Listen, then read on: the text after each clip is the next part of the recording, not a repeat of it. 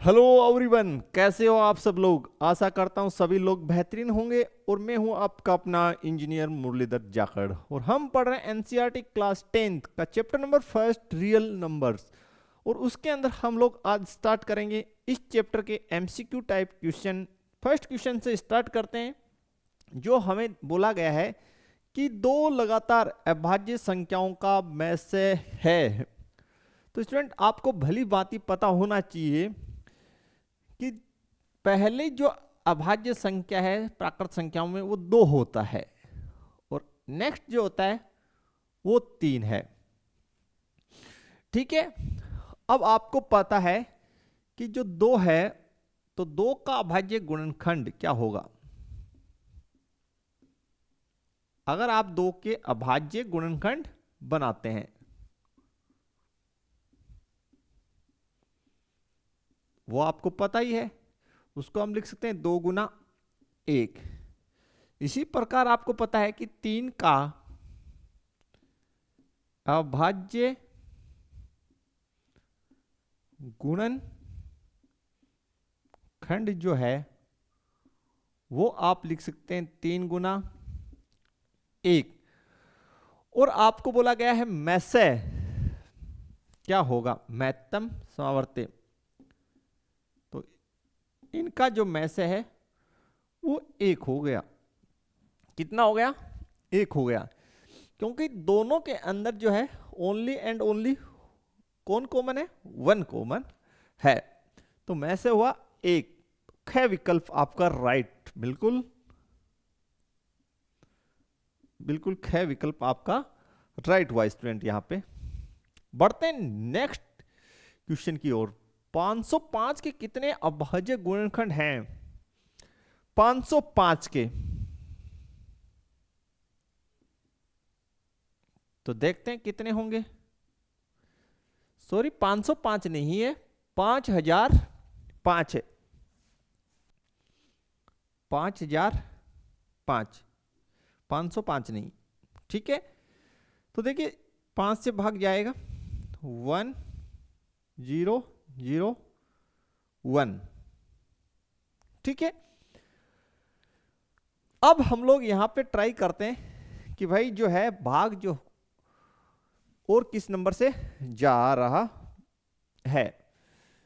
तो 3 से ट्राई कर लीजिए। 3 से ट्राई करते हैं तो 3 तिया 9, 1 से और आगे 0 है तो 10, 3 तिया 9, फिर हो गया 11। तो भाई 3 से तो नहीं गया, कोई ना, 3 से नहीं जा रहा, कोई बात नहीं है। 7 से ट्राई करते हैं। 7 एकम 7, ठीक है 3 बच गया, आगे 0 तो 7 चौक 28, 2 शेष और आगे कितना है 1, 21 तो 7 तिया 21। ठीक है, चला गया 7 से डिवाइड हो गया। तो अब आगे देखिए किससे डिवाइड हो सकता है, 11 से। देखिए 11 एकम 11 और 3 बच गया और आगे 3 है तो 11 तिया 33, बिल्कुल ठीक है स्टूडेंट। अब देखिए यहां पे आप अब 13 से डिवाइड कर लीजिए इसको। तो 13 से डिवाइड किया तो कितने टाइम, 1 टाइम। तो अगले ने बोला कि कितने अभाज्य गुणनखंड होंगे। तो लिख दीजिए पहले तो यहां पे 5005 के अभाज्य गुणन खंड 5 गुने 7 गुने 11 गुने 13। ठीक है। तो कितने अभाज्य गुणनखंड हो गए, 4 अभाज्य गुणनखंड हो गए। तो 4 हो गए यानी ख जो है वो आपका आंसर हो गया स्टूडेंट। यहाँ पे बिल्कुल ख आंसर राइट है, बिल्कुल कोई दो राय नहीं है इसमें। तो ख आंसर हो गया स्टूडेंट आपका। ठीक है, बिल्कुल इजी सा क्वेश्चन है। आंसर आपका होगा इसमें। आप लोग अच्छे से ध्यान रखें कि किस प्रकार से मैंने बनाया है। ठीक है, बढ़ते हैं नेक्स्ट क्वेश्चन की तरफ हम लोग, जो कि नेक्स्ट क्वेश्चन हमें क्या मिला है।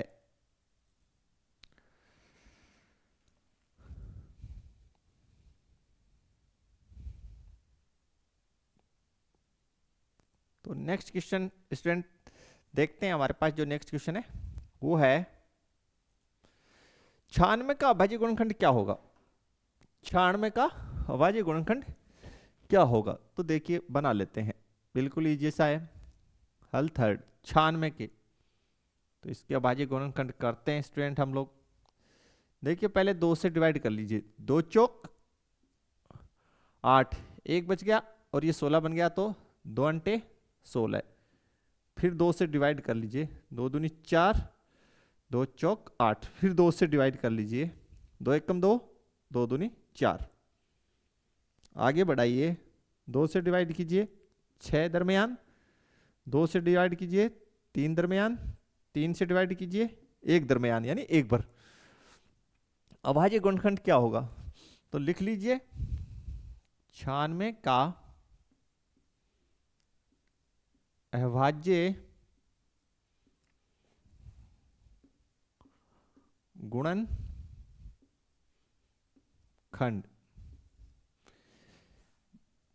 बराबर 2 गुना 2 कितनी बार है, 1 2 3 4 5 बार, तो कितनी बार लिखेंगे 5 बार, 5 और 3 बार है, 3 जो है वो 1 बार है। ठीक है, अब गुणा के अंदर समान आधार पे घातें जुड़ जाती है, तो इसको हम लिख देंगे 2 का घात 5 और ये हो गया 3 गुणा में, तो 2 की घात 5 गुना 3, यानी हमारा जो राइट आंसर जाएगा वो जा रहा है स्टूडेंट गए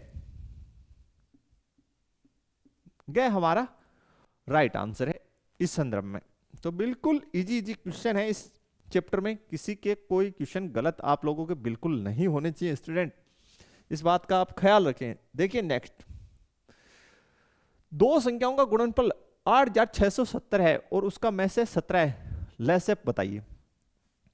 तो बिल्कुल इजी क्वेश्चन स्टूडेंट, आप लोगों को पता होना चाहिए कि कौन सा रूल लगेगा इसमें। हल 4, तो वही दो संख्याओं का गुणनफल जो है वो आपको बराबर होता है एचसीएफ गुना एलसीएम, यानी जो है लसे गुना में से के बराबर होता है। लघुत्तम लसे गुना में से इसके बराबर होता है दो संख्याओं का गुणनफल। अगर संख्याएं जो है, दो संख्याएं जो है वो a कोमा b हो, तो इसको ऐसे भी लिख सकते हैं a cross b is equals to लहसे गुना में से।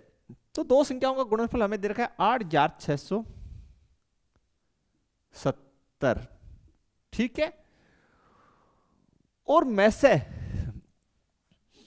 से आपको दे रखा है, वो आप में से की जगह लिख दीजिए 17 दे रखा है, तो यहां से लसे जो है यानी लघुत्तम समावर्ती वो हो जाएगा 8670 बट्टे 17, 8670 बट्टे 17, ठीक है। तो भाग लगाइए, 17 एकम 17, 34 17 इक्यावन 17 चौकड़ 17 पंजे 85, 5 दरमियान 1 बच गया, आगे 17 है, सॉरी 1 बच गया आगे 7 है, तो 17 बन गया, तो 17 एकम 17, 510, बिल्कुल घ आंसर, बिल्कुल आपका आंसर हो गया घ आंसर हो गया। बढ़ते हैं नेक्स्ट, 6 8 22 का लसे और में से का अनुपात क्या होगा, देखते हैं। काफी सिंपल सा ही क्वेश्चन तो काफी अच्छा क्वेश्चन, शुरू करते हैं इसको। सबसे पहले इन सभी के अभाज्य गुणनखंड हम लोग बना लेते हैं। हल 5 नंबर, सॉरी 5 नंबर। 6 8 22, तो 6 का अभाज्य गुणन खंड, ये हो गया आपका 2 गुना 3। आगे है 8, तो 8 का अभाज्य गुणनखंड, ये आपका हो जाएगा 2 गुना 2 4, 4 दूनी 8। ठीक है, या इसको आप लिख सकते हो 2 की घात 3। आगे है 22, तो 22 का अभाज्य गुणनखंड, इसको आप लिख सकते हो 2 गुना 11। अब अगले ने बोला है लैसे और मैसे का अनुपात ज्ञात कीजिए। तो लैसे, इसका सबसे पहले ज्ञात कर लेते हैं लैसे। देखिए स्टूडेंट, लैसे में हम लोग क्या करते हैं, जो संख्या तीनों में है उसका अधिकतम घात लेते हैं, लार्जेस्ट। ठीक है, तो तीनों में कौन है कॉमन, 2 है, और उसकी अधिकतम घात कितनी है, 3 है। तो 2 का अधिकतम घात हमने 3 यहां लिख दिया। फिर से सुनिए, लघुत्तम समावर्त हम लोग क्या करते हैं कि जो संख्या हमें तीनों में कॉमन दिखाई दे उसका अधिकतम घात निकलिए, और उसका अधिकतम घात 3 है, यहाँ पे 1 है और यहाँ पे 1, तो अधिकतम घात 2 का 3 हो गया, क्योंकि 2 तीनों संख्याओं में कॉमन है। उसके पश्चात जो भी नंबर बचा उसको लिख लीजिए। तो इसमें बचा 3 और इसमें बचा 11। ठीक है, अगले ने हमें अनुपात पूछा है, इसलिए गुना करने की आवश्यकता नहीं है।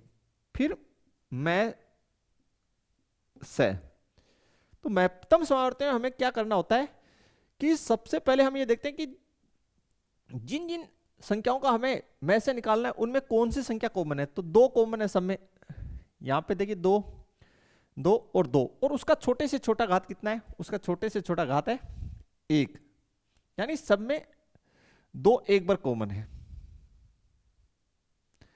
ठीक है, तो में से होगा इसका 2। अब बात रही अनुपात की। ठीक है, तो अनुपात बनाते हैं। तो अनुपात के लिए लिख देंगे लैसे बट्टे में से। तो लैसे हुआ 2 की घात 3 गुना 3 गुना 11 और बट्टे 2। ठीक है, इस 2 से काटेंगे तो यहां पे घात बचेगा 2, 2 की घात 2 का मतलब 4, आगे 3 गुना 11 बट्टे नीचे 1, 4 3 12, और 12 को 11 से गुना कर दो तो हो गया 12 गुना 12, ऐसे 2 3 132। तो अनुपात जो है हमारे पास आ जाएगा 132 बट्टे 1, अर्थात अनुपात आपका होगा 132 अनुपात 1, 132 अनुपात 1। तो काफी सिंपल क्वेश्चन है। √3 1 है, क्या है भाई, √3 सभी को पता है भाई, पहला परिमेय संख्या नहीं, परिमेय तो नहीं है, प्राकृत नहीं है, अपरिमेय संख्या है। तो √3 जो है हल 6, √3 क्या है, अपरिमेय संख्या है, अपरिमेय संख्या है। √3 अपरिमेय संख्या है। तो विकल्प हो गया स्टूडेंट आप लोगों का गए, बिल्कुल गए विकल्प हो जाएगा, इसमें कहीं कोई दिक्कत नहीं होनी चाहिए। देखिए नेक्स्ट, 144 के अभाज्य गुणनखंड में 2 का घातांक क्या है। तो सबसे पहले अभाज्य गुणनखंड बना लेते हैं हम लोग स्टूडेंट 144 के। तो 2 से भाग दीजिए, 2 सत्ते 14, 2 दूनी 4, 2 से दीजिए 36, 2 से डालिए 18, 2 से डालिए 9, 3 से डालिए 3, 3 से डालिए 1 दरमियान। तो अगले ने पूछा है कि 2 का घातांक, तो देखिए 2 कितनी बार है, 1 2 3 4, तो 144 का जो अभाज्य गुणनखंड होगा उसको लिखेंगे 2 की घात 4 गुना 3 की घात 2, क्योंकि 3 2 दरमियान है, तो 2 का घात हो गया 4, यानी गया आंसर होगा 4। 2 का घातांक 4 है। काफी इजी सा क्वेश्चन। देखते हैं नेक्स्ट क्वेश्चन। निम्नलिखित में से कौन सा अपरिमेय संख्या है? तो √17, बिल्कुल √17 अपरिमेय संख्या है। विकल्प तो स्टूडेंट आपका इसमें जो है हेल जो है 8 नंबर में वो क्या ही होगा, यानी √17 ही। लेकिन जो आगे के विकल्प हैं वो क्यों नहीं हो सकते, उस पर चर्चा कर लेते हैं थोड़ी सी। तो आगे लिखा 100, तो 100 का वर्गमूल तो जो है 10 हो जाता है। कितना हो जाता है? 10, तो ये नहीं हो सकता। 4, इसका वर्गमूल 2 हो जाएगा। फिर लिखा √16, तो √16 का कितना हो गया? 4 प्लस √25 तो 5, तो 5 4 9, तो ये भी नहीं हो सकता। ठीक है, इसलिए √17 विकल्प होगा आप लोगों का बालकों। देखते हैं नेक्स्ट क्वेश्चन। तो नेक्स्ट क्वेश्चन हमारे को मिला है, निम्न में से कौन सा अभाज्य संख्या है? अब काफी सिंपल क्वेश्चन आ रहे हैं, और ये ही जो क्वेश्चन है ये आपका स्कोरिंग बढ़ा सकते हैं। अभाज्य संख्या, तो थोड़ा चर्चा कर लेते हैं कि अभाज्य संख्या वास्तव में होता क्या है। अभाज्य संख्या वो संख्या जिसमें स्वयं के अलावा अन्य किसी संख्या का भाग नहीं जाता है। तो ठीक है, यहां पे बात हम एक का करते हैं, तो एक न तो भाज्य है न अभाज्य है। जैसे 2, उसमें 2 का ही भाग जाता है, अन्य किसी संख्या का भाग जाता ही नहीं है एक के अलावा, यानी एक को तो छोड़ दीजिए क्योंकि एक की बात नहीं करेंगे, एक न तो भाज्य न अभाज्य। फिर 3 में स्वयं का भाग जाता है, अन्य किसी संख्या का नहीं जाता, तो 2 3 ये क्या हो गई? अभाज्य नंबर। तो ऐसा नंबर जिसमें केवल खुद का भाग जाए, यानी स्वार्थी, अपने से मतलब है भाई, दूसरे से कोई मतलब नहीं। 91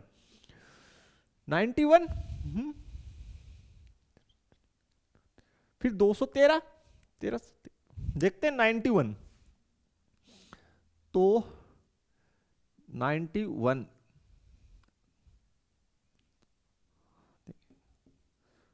तो 13 7 91 होता है यार, इसका तो 91 तो नहीं हो सकता।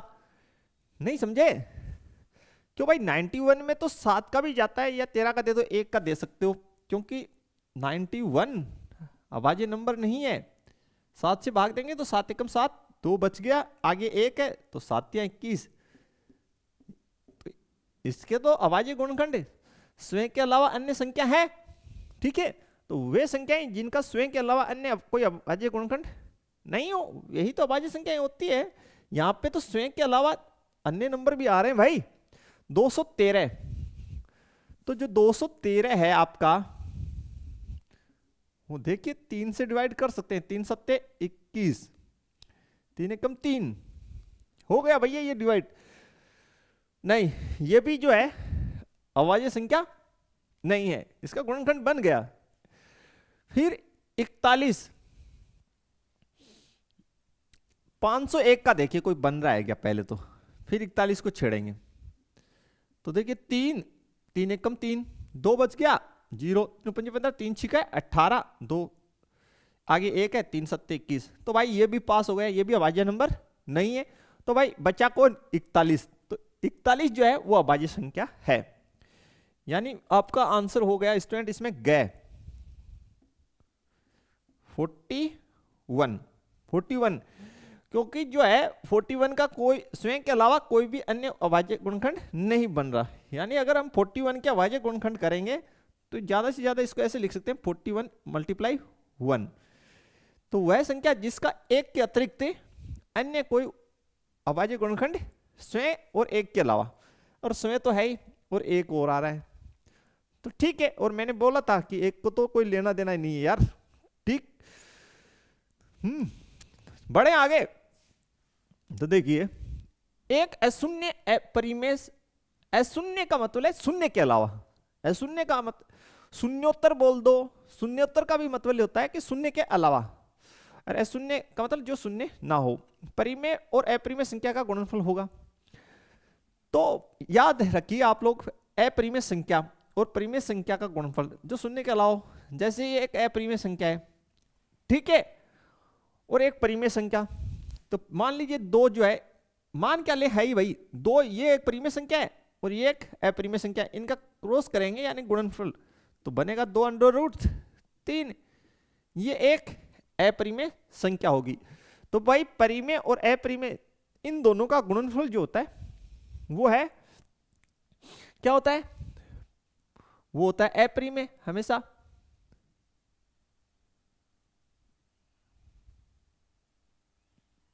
ठीक है, वो क्या होता है, हमेशा अपरिमेय होगा। तो आंसर कर दें ख।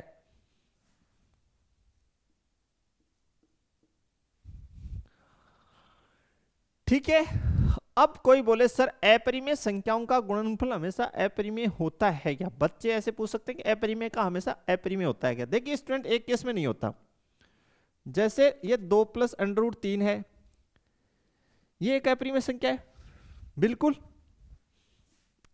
और ये जो है ये भी एक अपरिमेय संख्या है, ठीक है। अब इस स्थिति में इनका गुणनफल जो है अपरिमेय गुणा अपरिमेय, इनका सदैव जो है अपरिमेय नहीं आएगा, इस स्थिति में तो नहीं आएगा बिल्कुल। तो इसको करेंगे सोल्व प्रॉपर्टी से, तो 2 का स्क्वायर माइनस √3 का स्क्वायर, तो ये 4 - 3 1 आ गया, और भाई परिमेय नंबर आ गया। कैसा नंबर आ गया? परिमेय।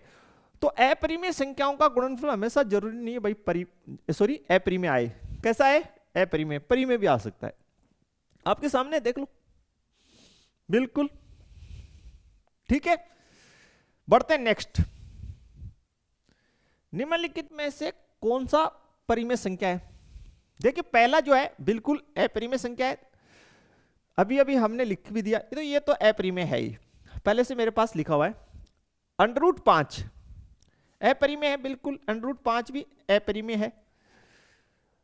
नेक्स्ट जो गया विकल्प है 2 यानी 2 गुणा √3 बट्टे √3, तो √3 से √3 कैंसिल, 2 बच गया हमारे पास जो परिमेय संख्या है, तो बिल्कुल गया आंसर हो जाएगा आपका गए, आंसर होगा गए, हल नंबर 11, हल 11 का हो जाएगा गए विकल्प। बिल्कुल कोई आपके दो राय नहीं है, इसमें विकल्प होगा गए। बढ़े नेक्स्ट की तरफ। सबसे छोटे भाज्य संख्या और सबसे छोटी अभाज्य संख्या का में से कितना होगा? तो यही बनाते हैं हल, जो है क्वेश्चन नंबर 12 का। अगले ने बोला सबसे छोटा भाज्य संख्या। भाज्य संख्या का मतलब है वह संख्या जिसमें खुद का भाग तो जाए और अन्य संख्या का भी जाए। तो सबसे छोटा भाज्य संख्या, देखिए पहले प्राकृत संख्याओं को लिख लेते हैं, 1 2 3 4 5। देखिए एक जो है प्राकृत संख्याओं में उसको न तो भाज्य में काउंट करते हैं न अभाज्य में। अब अगले ने बोला सबसे छोटा भाज्य, तो सबसे छोटा भाज्य कितना है? 4, ठीक है। तो 4 जो है सबसे छोटा भाज्य, इसके अभाज्य गुणनखंड बनाएंगे तो 2 गुना 2 यानी 2 की घात 2।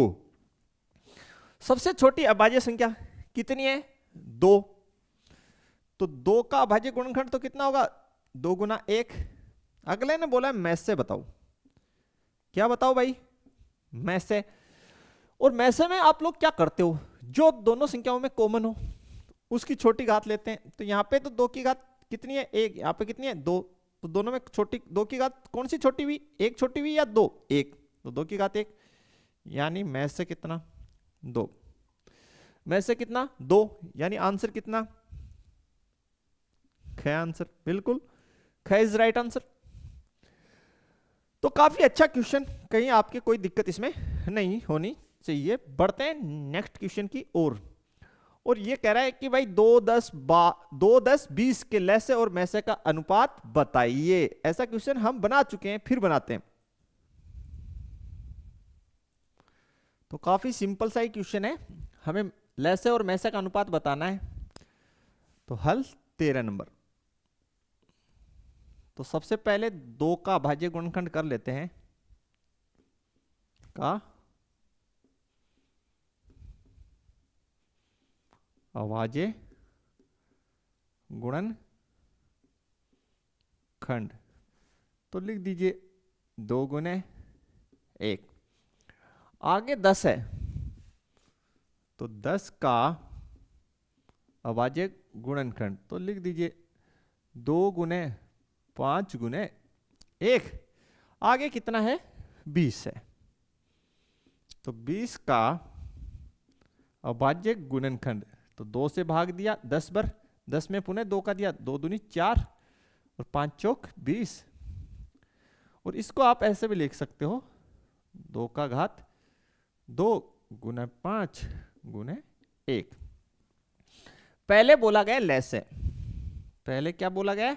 लैसे। तो सबसे पहले लैसे ज्ञात करते हैं। लैसे में हम लोग क्या करते हैं, जितनी भी संख्याएं हमें दे रखी है उनके अभाज्य गुणनखंड में हम ये चेक करते हैं कि कॉमन नंबर कौन सा है जो तीनों में हो।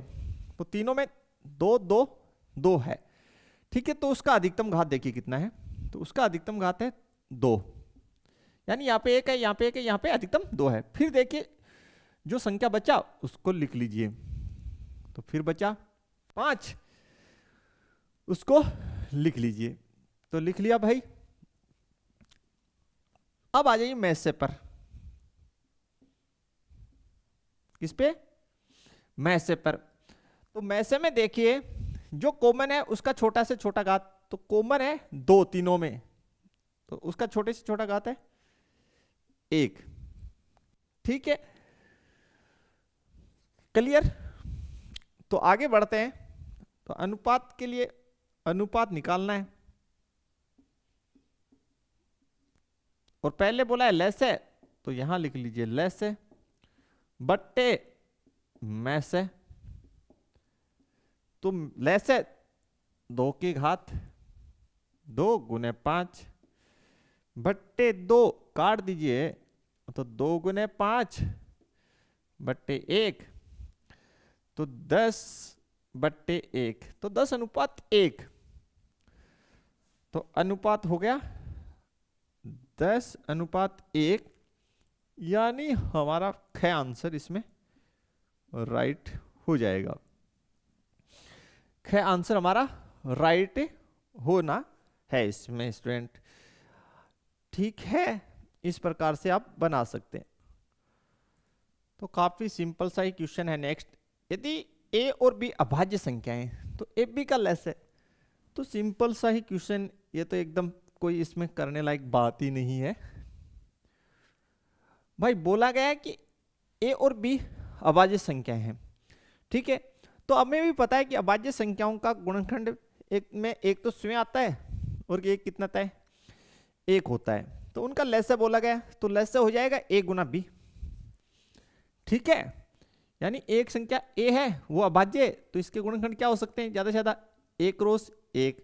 दूसरी संख्या b है, तो इसके अभाज्य गुणनखंड ज्यादा से ज्यादा क्या हो सकते हैं? b cross 1। तो जो लैसे हो जाएगा उसमें सबसे पहले हम क्या करते हैं, हम ये देखते हैं कि दोनों में कॉमन नंबर कौन सा है उसको लिखते हैं और उसकी अधिकतम घात।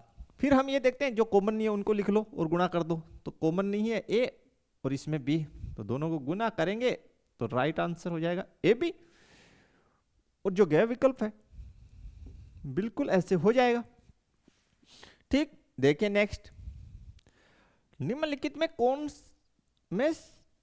से अभाज्य संख्या है, यानी कौन सी अभाज्य संख्या है? तो अभाज्य संख्या वही जिसका स्वयं और एक के अतिरिक्त अन्य कोई गुणनखंड ना बने। तो 15 है, जो उसका तो बन रहा है भैया, फर्स्ट जो है 15 देर का है, उसको हम 3 गुना 5 लिख सकते हैं। तो भाई ये तो हो गई भाज्य 15। फिर 23 इसका कोई गुणनखंड नहीं बन रहा, ठीक है। 12 का बन रहा है 2 गुना 6 का 2 गुना 3, ये इसके गुणनखंड बन रहे हैं, तो ये भाज्य है। और 75, 75 को भी आप 25 75 होता है, तो 3 गुना 5 15, 15 5 75, ये अभाज्य गुणनखंड हो रहे हैं। तो भैया जो 23 है वो आपका आंसर होगा, यानी ख विकल्प होगा। यानी 23 क्या है? अभाज्य संख्या है, भाज्य संख्या है, और बाकी की बाकी सारी क्या है? भाज्य संख्या है, क्योंकि उन सभी के गुणनखंड बन रहे हैं। और 23 का स्वयं और एक के अतिरिक्त अन्य कोई गुणनखंड नहीं है।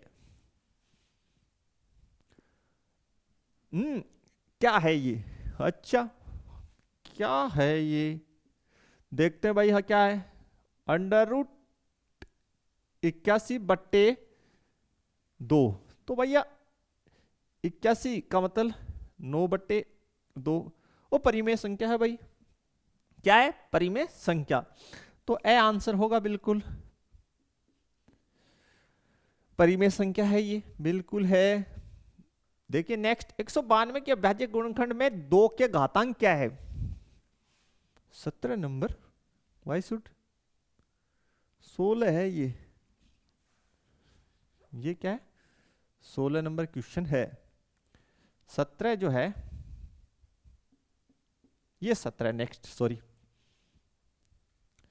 192 के अभाज्य गुणनखंड, तो पहले तो हम 192 के बनाएंगे, फिर 2 के घातांक लिख देंगे। तो देखिए पहले 2 से डिवाइड करते हैं, तो 2 ने 18, एक बच्चा और 2 आगे, तो 2 छके 12। 2 से डिवाइड कीजिए, 2 चौक 8, 1 और आगे 6 तो 16, तो 2 अंटे 16। 2 से कर दीजिए 24, फिर 2 से डिवाइड कर दीजिए 12, 2 से डिवाइड कर दीजिए 6, 2 से डिवाइड कर दीजिए 3, और 3 से डिवाइड कर दीजिए 1। ठीक है, तो 192 के जो अभाज्य गुणनखंड बन गए, सबसे पहली बात तो 2 की घात, यानी 1 2 3 4 5 6, 6 और गुना 3, तो 2 की घात है 6। से आंसर होगा, यानी 2 का घातांक 6 है।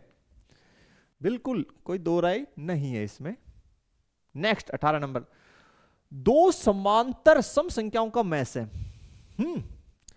पहली बात तो समांतर सम संख्याएं, तो बनाते हैं इस क्वेश्चन को। हल जो है 18 सम संख्याएं हो, समान अंतर हो। पहली 2 4 6 8, ये जो भी संख्याएं मैंने लिखी है ये सम है, प्लस इनका अंतर समान है। ठीक है, का मैसे होता है। तो अगर हम इन 2 की बात करें तो लिख सकते हैं 2 गुना 1। 4 की बात करें तो 2 गुना 2। तो उस स्थिति में मैं से कितना हुआ? कॉमन नंबर 2, तो 2 हो गया। ठीक है, अगर मैं 2 और 8 की बात करूं तो 8 का अभाज्य गुणनखंड कैसे? 2 गुना 2 गुना 2। ठीक है, तो भी में से कितना होगा? यहां से देखिए और यहां से, तो भी में से 2, तो 2 में से होगा, यानी से आंसर होगा। क्लियर? बिल्कुल। तो में से कितना हुआ? 2। बढ़ते हैं नेक्स्ट, एक परिमेय संख्या और एक अपरिमेय संख्या का योग कैसी संख्या होती है? पहला बोला परिमेय संख्या, पहला बोला है अगले ने परिमेय संख्या। तो परिमेय संख्या 2 जो है परिमेय संख्या है, एक अपरिमेय संख्या, तो √3 अपरिमेय संख्या है, 2 प्लस √3, यानी ये फाइनल जो रिजल्ट आ रहा है योग वो आएगा अपरिमेय संख्या, यानी बे आंसर। यानी परिमेय संख्या और अपरिमेय संख्या का योग अपरिमेय होता है। परिमेय प्लस अपरिमेय, रिजल्ट अपरिमेय। नेक्स्ट, 2 संख्याओं का गुणनफल 8670, HCF 17, LCM क्या होगा? बिल्कुल ऐसा क्वेश्चन हम बना चुके हैं, फिर से बना लेते हैं इसे एक बार।